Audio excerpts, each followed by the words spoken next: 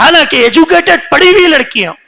اللہ تعالیٰ امت کی حفاظت فرمائے, امت کے نوجوانوں کی حفاظت فرمائے, امت کے نوجوان لڑکیوں کی حفاظت فرمائے, ماؤں کی حفاظت فرمائے, اور اسلام کے تعلیمات کو اپنانے کی توفیق عطا فرمائے, گناہوں سے بچنے کی توفیق عطا فرمائے, اور جو کچھ بھی اسلام کی اتنی پیاری تعلیمات ہیں ان تعلیمات کو اپنانے کی توفیق عطا فرمائے, گناہوں سے دور رہنے کی توفیق عطا فرمائے. اللہ جتنے لوگ بیٹھے ہوئے ہیں, اللہ جو لوگ پریشان حال ہیں اللہ ان کی پریشانیوں کو دور فرما, اللہ جو لوگ مصیبت زدہ ہیں اللہ ان کی مصیبتوں کو دور فرما, اللہ جو لوگ تنگیوں میں مبتلا ہیں اللہ ان کو تنگیوں سے نکال کر اللہ انہیں دین کی طرف لانے کی توفیق عطا فرما. اللہ جو لوگ قرضدار ہیں اللہ ان کے لیے کوئی ایسا راستہ نکال دے کہ اللہم اکفنی بحلالک عن حرامک واغننی بفضلک عمن سواک, کہ وہ سیدھے راستے پر آ جائے. حرام خوری میں جو لوگ پڑے ہوئے ہیں, زناکاریوں میں جو لوگ پڑے ہوئے ہیں, اللہ اس سے نکل کر حلال چیزوں کی طرف آنے کی توفیق عطا فرما. اللہ جو لوگ بیمار ہیں اللہ انہیں شفائے کاملہ عاجلہ عطا فرما.